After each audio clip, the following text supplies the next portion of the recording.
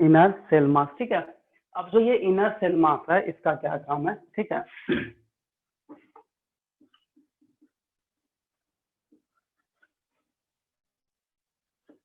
ये inner cell mass हो गया। तो यहाँ पे इनर सेल मास का जो इम्ब्रायो का जो मतलब ये सेल्स है, सेल के तरफ ही एक विली बनता है। विली कैसे बनेगा, एक्चुअली देखो ट्रोफोब्लास्ट जो होता है अल्टीमेटली डिफ्रेंशिएट करके ये कॉरियोन, एमनियोन एंड एलेंट्रॉइस एक लेयर बना देता है, ठीक है। या फिर कहीं कहीं पे एलेंट्रॉइस के जगह पे लिखा है जर्मिनल लेयर, जर्मिनल लेयर भी बना देगा। तो मेन है कॉरियोन और एमनियोन, ठीक है। तो कॉरियोन लेयर जो होता है उसी से ये फिंगर लाइक प्रोजेक्शन निकलता है जिसको हम लोग बोलते हैं विली। क्या बोलते हैं, विली। अब देखो जब ये विली इससे बनता है तो इसलिए इसको बोलता है कॉरियोनिक विली। देखो कॉरियोनिक विली का मेन काम होता है अटैचमेंट, तो अटैचमेंट हो जाएगा यूट्राइन वॉल से अटैच। मतलब पूरे देखो जैसे स्ट्रक्चर क्या होता है, इस तरह का स्ट्रक्चर होता है ना। तो ये पूरे बॉडी में आई मीन पूरे होल एरिया में जो अटैचमेंट होता है चारों बगल, वो विली के कारण होता है। और यही कॉरियोन लेयर जो होता है ऊपर में एक डिस्क लाइक स्ट्रक्चर बना देता है एकदम ऊपर में, जिसको हम लोग बोलते हैं प्लेसेंटा। और प्लेसेंटा का काम होता है एक्सचेंज ऑफ न्यूट्रिएंट्स वगैरह। अब एक्सचेंज ऑफ न्यूट्रिएंट्स वगैरह क्या होता है, तो देखो कोई भी ऑर्गेनिज्म है उसको एनर्जी चाहिए, डेवलपमेंट करना है, मेटाबॉलिज्म करना है, एनर्जी चाहिए। तो यहाँ एनर्जी के लिए जो होता है न्यूट्रिएंट होना चाहिए, ग्लूकोज वगैरह जाना चाहिए, रेस्पिरेटरी गैसेस जाना चाहिए, एंड एक्सक्रीटरी प्रोडक्ट भी वहां से निकलना चाहिए। क्योंकि ये तीन चीज अगर नहीं होगा तो कोई भी ऑर्गेनिज्म जो होता है वो सही से सर्वाइव नहीं कर पाएगा, अपना मैकेनिज्म नहीं कर पाएगा, अपना ग्रोथ नहीं कर पाएगा, इवन सेल भी ये काम नहीं कर। तो ये तीनों काम बहुत इंपॉर्टेंट है कि एनर्जी के लिए उसको जो भी चाहिए वो जरूरी चीज है वहां उसको देना चाहिए। दूसरा चीज क्या होता है कि जब इसको एनर्जी देना है तो एनर्जी एक्सचेंज करेगा, exchange from mother to baby. तो वो कौन है स्ट्रक्चर, प्लेसेंटा। लेकिन ध्यान देना कि प्लेसेंटा जो होता है वो डायरेक्टली कनेक्ट नहीं होता है, वो कनेक्ट होता है एक मतलब एक कॉर्ड लाइक स्ट्रक्चर बोलते हैं, ट्यूबुलर लाइक स्ट्रक्चर बोलते हैं, ठीक है, जिसको ब्लड वेसल्स का भी बोला जाता है, ब्लड वेसल से कनेक्ट होता है, जो कि exchange of gases from mother to baby होते रहता है, वो है प्लेसेंटा। बट वो अम्बिलिकल कॉर्ड से कनेक्ट रहता है। जैसे मान लो कि ये बेबी है, ठीक है, मान लिया जाए ये बेबी है, ठीक है, ये मान लो वुम्ब है और ये ऊपर में इस तरह से प्लेसेंटा है। तो डायरेक्टली कौन है, प्लेसेंटा तो कनेक्ट नहीं, तो यहाँ से बेली बटन या नाभि से बोल सकते हैं एक ट्यूब निकलता है, एक ब्लड वेसल्स निकलता है जिसको हम लोग बोलते हैं अम्बिलिकल कॉर्ड। ये इसका काम होता है एक्सचेंजिंग ऑफ गैसेस में हेल्प करना, exchange of nutrient gases and excretory products में हेल्प करना, ठीक है। ये तो क्या प्लेसेंटा कॉन्सेप्ट, ठीक है। अब हमको एक चीज बताओ कि इसमें जैसे मान लो अगर पूछ दिया कि प्लेसेंटा जो होता है वो किसका डेवलपमेंट पार्ट है या फिर किससे ओरिजिन होता है, तो वो होता है कॉरियोनिक से, कॉरियोनिक लेयर से ये ओरिजिन होता है, जिसको कॉरियोनिक विली भी बोलते हैं। और यही फर्दर प्लेसेंटा भी बना देता है, ठीक है। ये चीज तो कॉरियोनिक प्लेसेंटा हो गया, ह्यूमन बॉडी, ह्यूमन में ऐसा हो गया। अब उसका प्लेसेंटा काम क्या, exchange of nutrient gases and excretory product, ये तीन चीज हो गया। अब हम लोग का मेनली क्या है, प्रेगनेंसी हार्मोन। तो स्पेशल हार्मोन जो होता है वो ड्यूरिंग प्रेगनेंसी ही होता है, इसलिए प्रेगनेंसी हार्मोन बोला गया है, क्योंकि उसी टाइम पे वो रिलीज होगा जब प्रेगनेंसी, या ना कि प्रेगनेंसी के पहले या ना कि प्रेगनेंसी के बाद यह हार्मोन रिलीज होना है। पहले प्लेसेंटा का फंक्शन समझ गया, उसका स्ट्रक्चर समझ गया, बोलो। Yes sir. हाँ सर। समझ गया, हाँ सर।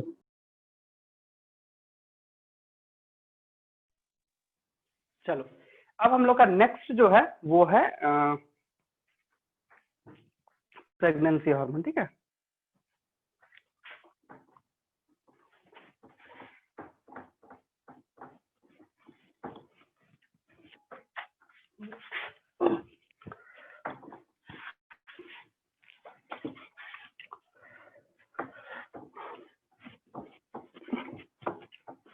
और पिछले क्लास तुम लोग को तो हम बताए थे कि 9 मंथ क्यों टाइम लगता है, ये तो बता दिए थे। उसको पढ़ लेना एनसीईआरटी से, तुमको सारा कुछ वहां पे उसका आंसर तुमको मिल जाएगा। वैसे हम लिखा भी देंगे आज तो। अब बस खाली प्रेगनेंसी हार्मोन बताना है, 5 मिनट का चीज है, ठीक है। इसको बता देते हैं ताकि तुम लोग का पूरा कंप्लीट हो जाएगा, फिर हम लोग आगे बढ़ेंगे। एक सेकंड,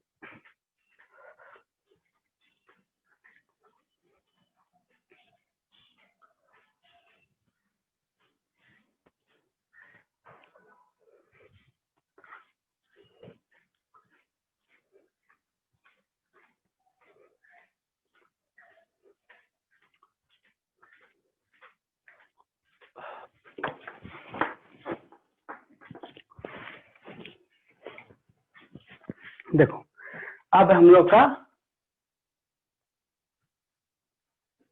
प्रेगनेंसी हार्मोन, क्या हो गया आज, समझ नहीं आ रहा, एक सेकंड रुको।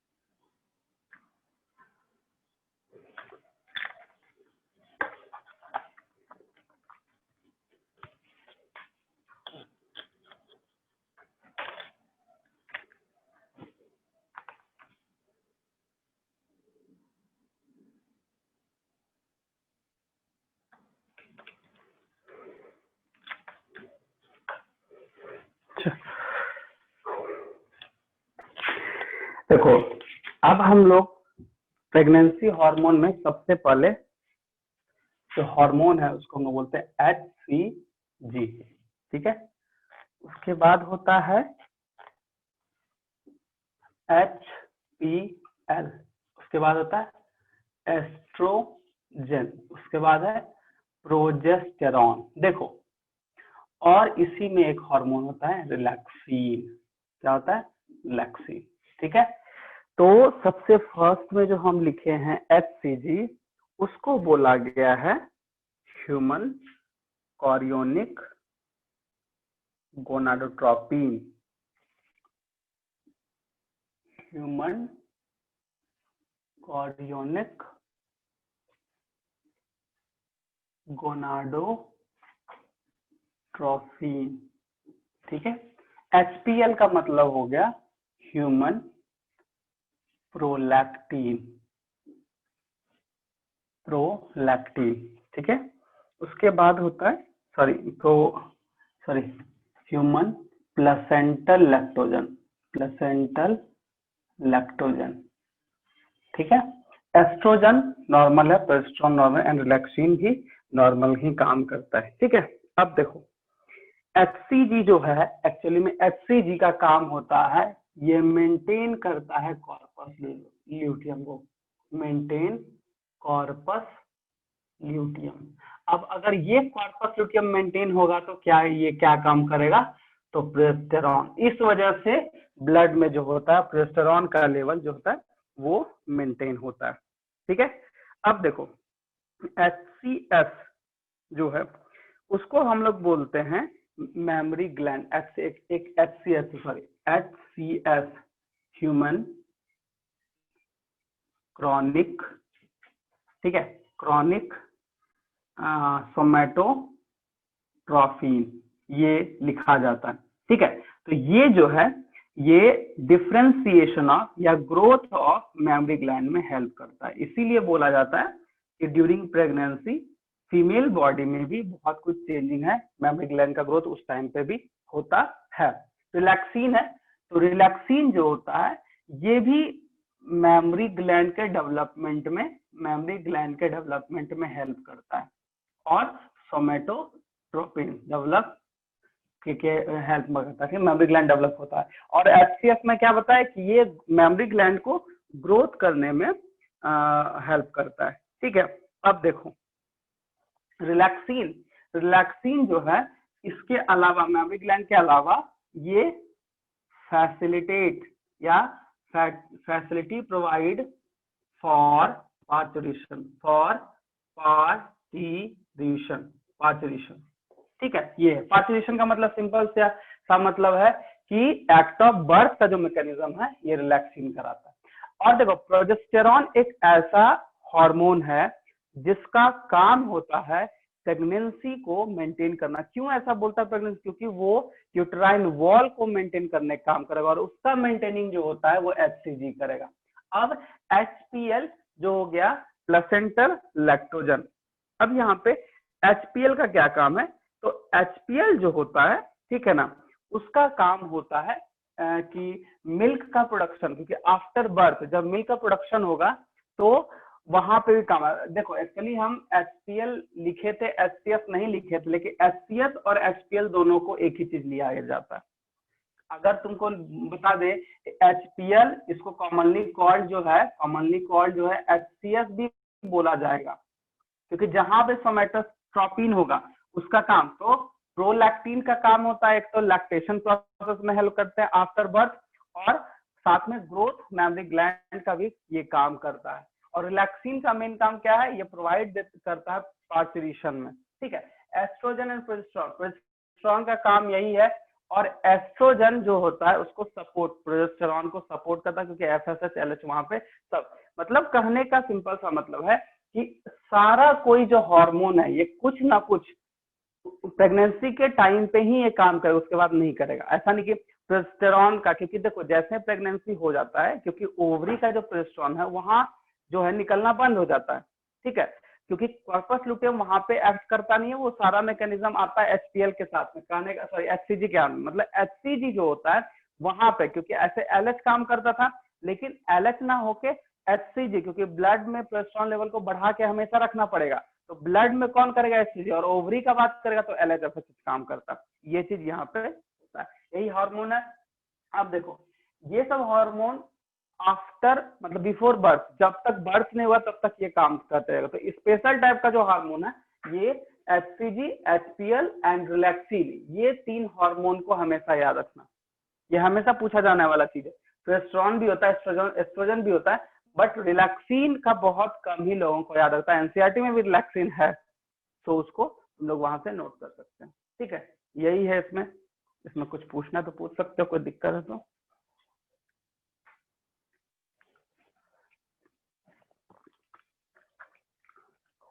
नहीं सर, समझ में आ गया।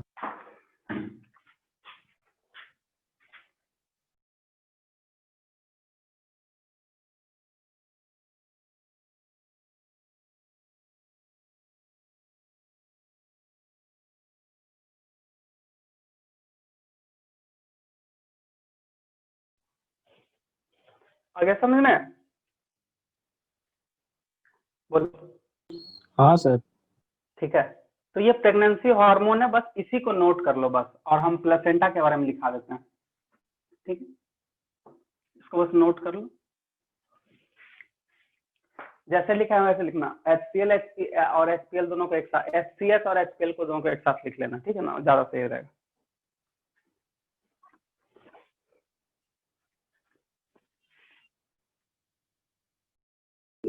हो गया सर।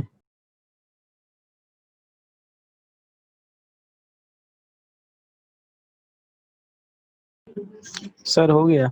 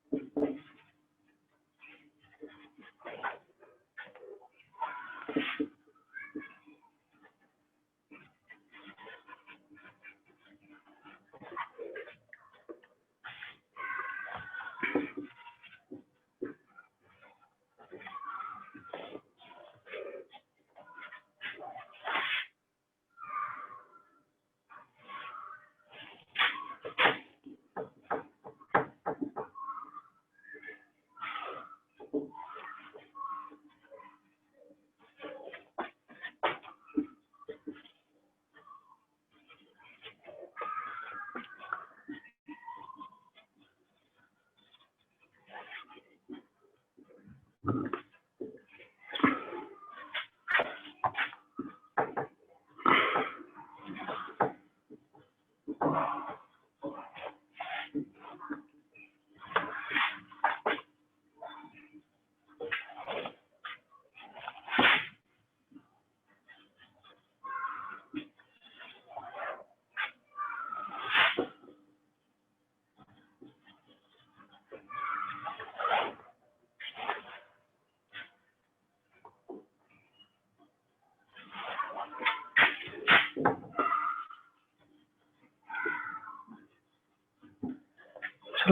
नोट करो उसको।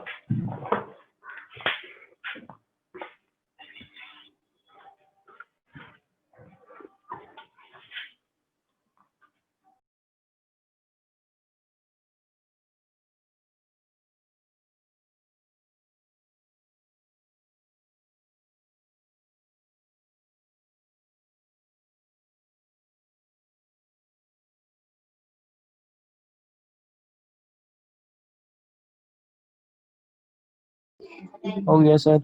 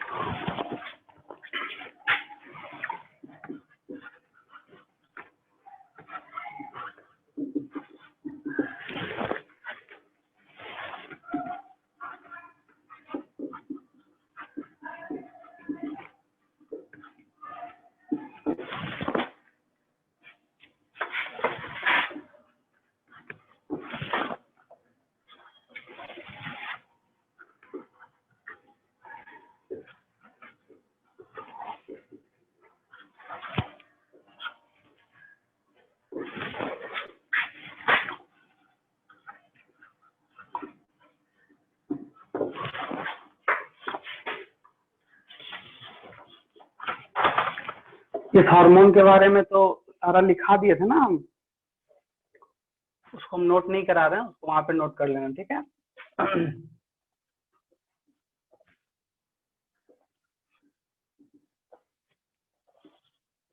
Partition and lactation,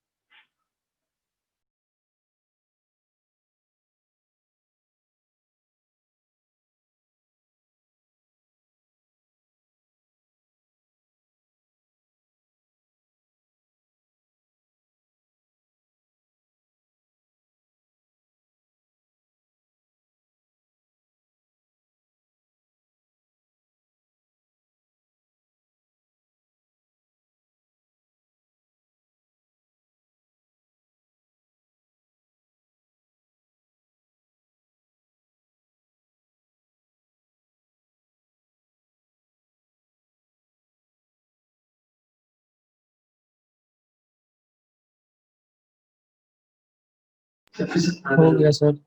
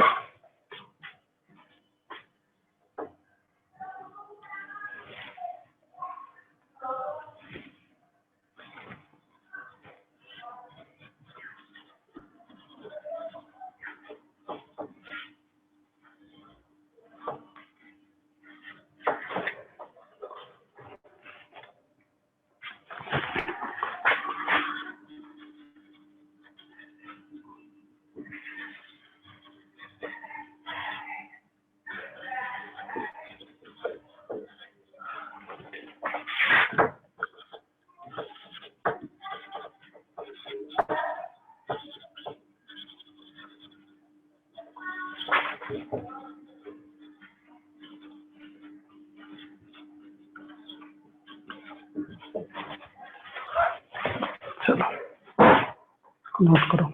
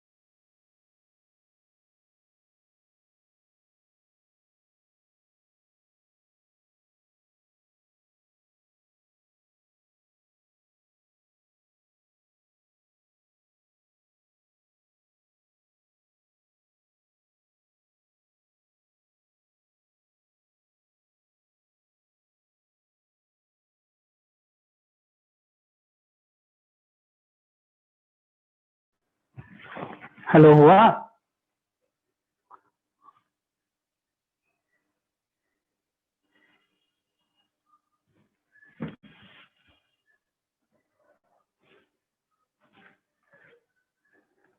yes sir, हो गया। हो गया ना?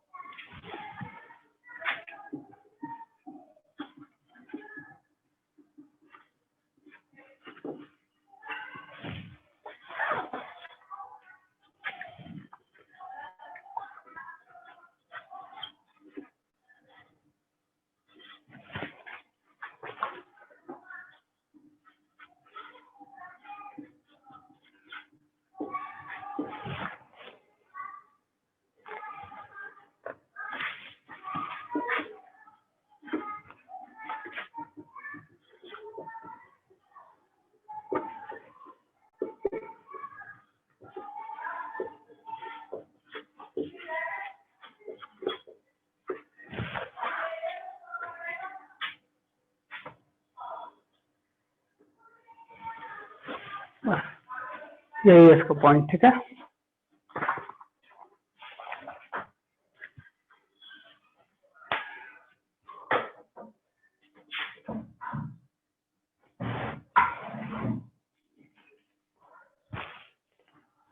इसको नोट कर लो जल्दी से।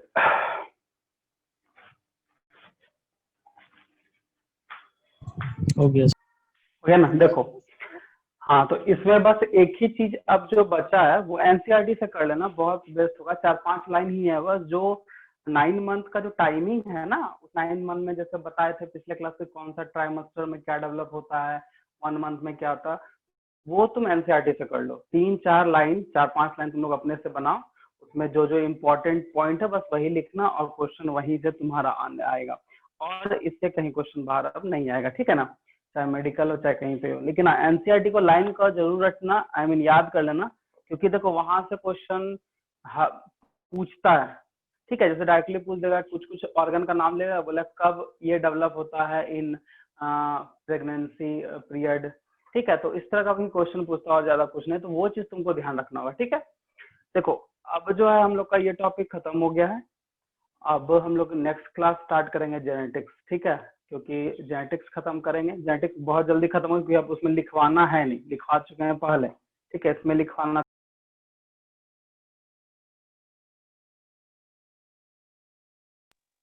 हम लोग, ठीक है, तो हम जेनेटिक्स अब स्टार्ट करेंगे। तो अच्छा, जेनेटिक्स में दोनों चैप्टर में प्रॉब्लम है या फिर सिर्फ एक चैप्टर में, या किस में प्रॉब्लम है? जो प्रॉब्लम है वही बोलो, कि दोनों पढ़ा दें?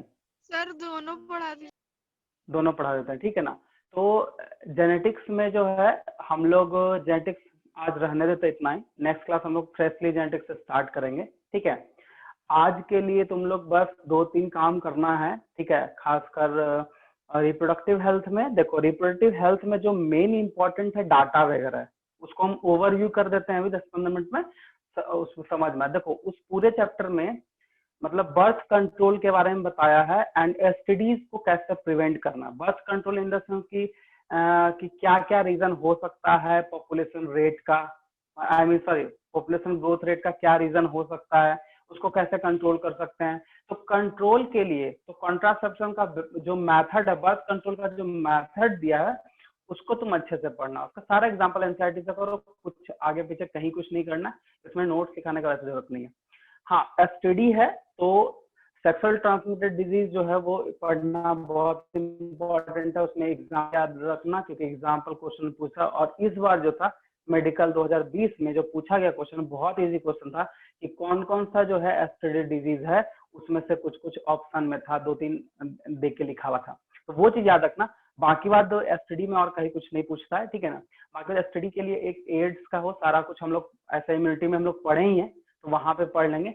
हाँ बर्थ कंट्रोल के लिए मेथड वगैरह होगा, बैरियर मेथड, आईयूडी होगा, केमिकल मेथड होगा, हार्मोनल मेथड होगा, ठीक है, इस तरह का जो भी एग्जाम्पल सर है एक सर एग्जाम्पल। हाँ बोलो। सर, वो जो फीमेल में एस्ट्रोजन प्रोजेस्टेरोन देखने मिलता है, फीमेल में टेस्टोस्टेरोन, वो सर क्यों सर? नहीं समझ में आया, फीमेल में? सर जैसे फीमेल में टेस्टोस्टेरोन मिलता है ना, जैसे मुस्टैच वगैरह हो जाता है, हाँ और हाँ हाँ मेल में हाँ, एस्ट्रोजन हो जाता है, तो वो कैसे हो जाता है? देखो एक्चुअली क्या है ना कि एफएसएच का काम होता है, ये एफएसएच जो होता है मेल में वो इनएक्टिव होता है, रिलीज होता है लेकिन वो इनएक्टिव होता है। लेकिन अगर वो एक्टिव हो गया तो फीमेल में जो है मेल का कैरेक्टर आ जाएगा, और मेल में जो है, ठीक है, क्योंकि देखो एलएच जो होता है, देखो एलएच जो होता है ना, एलएच से फीमेल में प्रोजेस्टेरॉन का रिलीजिंग होता है, ये पता है। प्रोजेस्टेरॉन जो होता है वो कहीं ना कहीं वो मतलब सप्रेस करता है टेस्टोस्टेरॉन को, और मेल में जो होता है एफएसएच इनएक्टिव होता है, लेकिन अगर एफएसएच एक्टिव हो गया तो वहां एस्ट्रोजन का मैकेनिज्म स्टार्ट हो जाएगा। तो वही जो सेकेंडरी सेक्सुअल ग्रोथ वगैरह जो होता है वो वहां पे दिखता है, हल्का हल्का फीमेल का कैरेक्टर हो जाएगा, जैसे आवाज वगैरह थोड़ा सा चेंज हो जाएगा। ऐसा नहीं कि बहुत कुछ चेंज होगा, ऐसा कहीं कुछ नहीं होता, आवाज वगैरह में चेंजिंग होता है, उसका थोड़ा बिहेव में चेंज होगा, और ऐसा कुछ नहीं होता, कहीं ना कहीं थोड़ा बहुत तो चेंजिंग होता है दोनों में। तो फीमेल में क्या है कि फीमेल में एलएच का रिस्पॉन्सिबिलिटी है प्रोजेस्टेरॉन को, प्रोजेस्टेरॉन का काम होता है एस्ट्रोजन के साथ साथ में टेस्टोस्टेरॉन को भी सप्रेस करना एक टाइम पे, क्योंकि अगर प्रोजेस्टेरॉन रिलीज है तो एस्ट्रोजन का काम नहीं होता है, और अगर प्रोजेस्टेरॉन नहीं होता तो एस्ट्रोजन का काम होता है ओवरी में, ये चीज होता है। लेकिन अगर प्रोजेस्टेरॉन सप्रेस नहीं कर पाया और उस टाइम पे एक्सप्रेस कर गया तो फीमेल में मेल का कैरेक्टर थोड़ा आ जाता है, टेस्टोस्टेरोन वगैरह आ जाता है। और दूसरा चीज क्या है कि जब मेल में सिर्फ एलएच एक्टिव है, एफएसएच एक्टिव नहीं है, अगर एफएसएच एक्टिव हो गया मेल में तो वो एस्ट्रोजन को रिलीज कर देता है, तो थोड़ा मोड़ा फीमेल का कैरेक्टर वही वॉइस वगैरह में चेंजिंग और ज्यादा कुछ नहीं होता है। और बोलो, ठीक है। बाकी बात देखो, जैसे हम रिप्रोडक्टिव हेल्थ बढ़ा रहे थे उसमें बता रहे थे, तो बर्थ कंट्रोल वगैरह सारा कुछ देख लेना। उसमें एक है कि फर्स्ट कोई ड्रग इंस्टीट्यूट है लखनऊ का जो कि सहेली जो कॉन्ट्रासेप्शन पिल्स के नाम से बहुत पुराना चीज है, वो बर्थ कंट्रोल के लिए होता था। बर्थ कंट्रोल के लिए जो भी उसमें मेथड्स वगैरह उसको अच्छे से पढ़ लेना, उसमें कहीं कुछ नहीं। परमानेंट जो है सर्जिकल मेथड जिसको बोलते हैं, वेसेक्टोमी ट्यूबेक्टोमी, ये सब क्वेश्चन पूछता है, छोटा छोटा क्वेश्चन पूछेगा, ठीक है। हाँ, एमटीपी के बारे में पूछेगा। एमटीपी कहने का मतलब मेडिकल टर्मिनेशन प्रेगनेंसी, ठीक है, टर्मिनेट प्रेगनेंसी। इसमें क्या होता है, कॉमनली एबॉर्शन बोलते हैं। एबॉर्शन दो तीन कंडीशन में ही लीगलाइज किया गया। सबसे पहला कि अगर बेबी का डेवलपमेंट नहीं हो पा रहा है तो उस केस में हम उसको टर्मिनेट करा सकते हैं। दूसरा क्या है कि अगर मदर एंड फादर दोनों मतलब एग्री है तो ऐसा जबरदस्ती किसी को कराना ये इलीगल हो जाता है। और तीसरा क्या होता है कि मतलब अगर बच्चे को या फिर मदर को, इस दोनों में किसी को भी प्रॉब्लम है तो उस टाइम पे एमटीपी, क्योंकि अल्टीमेटली ग्रोथ पे ही इफेक्ट होगा तो उसको हटा देना ही ज्यादा सही होता है, या किसी तरह का डिसऑर्डर मिल गया तो हटा देना सही होता है। एक तो ग्रोथ हो जाता है, दूसरा बॉडी का फिजियोलॉजिकल फंक्शन हो जाता है कि मान लो सही से वो नहीं कर रहा है। इसीलिए ना रूटीन चेकअप होते रहता है प्रेग्नेंट वुमेन का। क्यों? क्योंकि देखता है कि ग्रोथ हो रहा है कि नहीं हो रहा है, बच्चे ठीक से फंक्शन कर रहे हैं कि नहीं, उसका बॉडी वगैरह जो भी है, ठीक है, तो वो चीज होता है। नहीं तो हम उसको ट्रीटमेंट करेंगे, और ट्रीटमेंट नहीं हो पाए उसको टर्मिनेट कर देंगे। ये सब चीज उसमें है, तो वो उसमें ज्यादा कुछ है नहीं। तुम लोग एक बार बस एनसीईआरटी को अच्छे से रीड करना, समझना क्या बोल रहा है रिप्रोडक्टिव हेल्थ में कैसे है, और नहीं समझना है तो नेक्स्ट क्लास को डिस्कस करेंगे। और सर ट्रांसजेंडर और बाइसेक्सुअल एक ही होता है? वो जेनेटिक डिसऑर्डर, वो हम जीन में पढ़े जेनेटिक डिसऑर्डर। देखो क्या होता है, एक्स वाई नॉर्मल मेल का होता है, लेकिन अगर एक्स उसमें चला गया, एक क्रोमोसोम एक्स्ट्रा आ गया, तो वहां पे फीमेल का कैरेक्टर आ जाता है। जिसमें कभी कभी कुछ ऐसा होता है क्रोमोसोमल डिसऑर्डर में कि रुडिमेंट कर जाता है, डिस्टिंग्विश नहीं कर पाते वो मेल है कि फीमेल, और दोनों का कैरेक्टर दिख जाता है, बट उसमें रिप्रोडक्टिव ऑर्गन डेवलप नहीं होता है, जिससे हम लोग को पहचानने में दिक्कत होता है। वही होता है थर्ड जेंडर या ट्रांसजेनिक जेंडर, जो हम लोग ट्रांसजेंडर जो बोलते हैं, बस यही चीज है उसमें। तो वहाँ जीन है, वो हम लोग जेनेटिक्स में पढ़ेंगे, ठीक है, ये चीज है, समझ गया। तो नेक्स्ट क्लास हम लोग स्टार्ट करते हैं जेनेटिक्स, ठीक है। उसको खत्म करने में टाइम लगेगा नहीं, 2 से 3 क्लास में खत्म कर देंगे। और मॉलिक्यूलर बेसिस में थोड़ा टाइम लग सकता है, लेकिन मॉलिक्यूलर में भी 2 से 3 क्लास में खत्म हो जाएगा। तो फिर हम लोग नेक्स्ट जो हम लोग का बचा है उसका ऑर्गेनिज्म वगैरह वाला, वो हम लोग स्टार्ट करेंगे, क्योंकि उसको खत्म कर देंगे, फिर जो रिवीजन करना हो आगे हम लोग करेंगे, ठीक है। तो आज इतना ही क्लास रहेगा, ठीक है। और कुछ पूछना है पूछ सकते हो।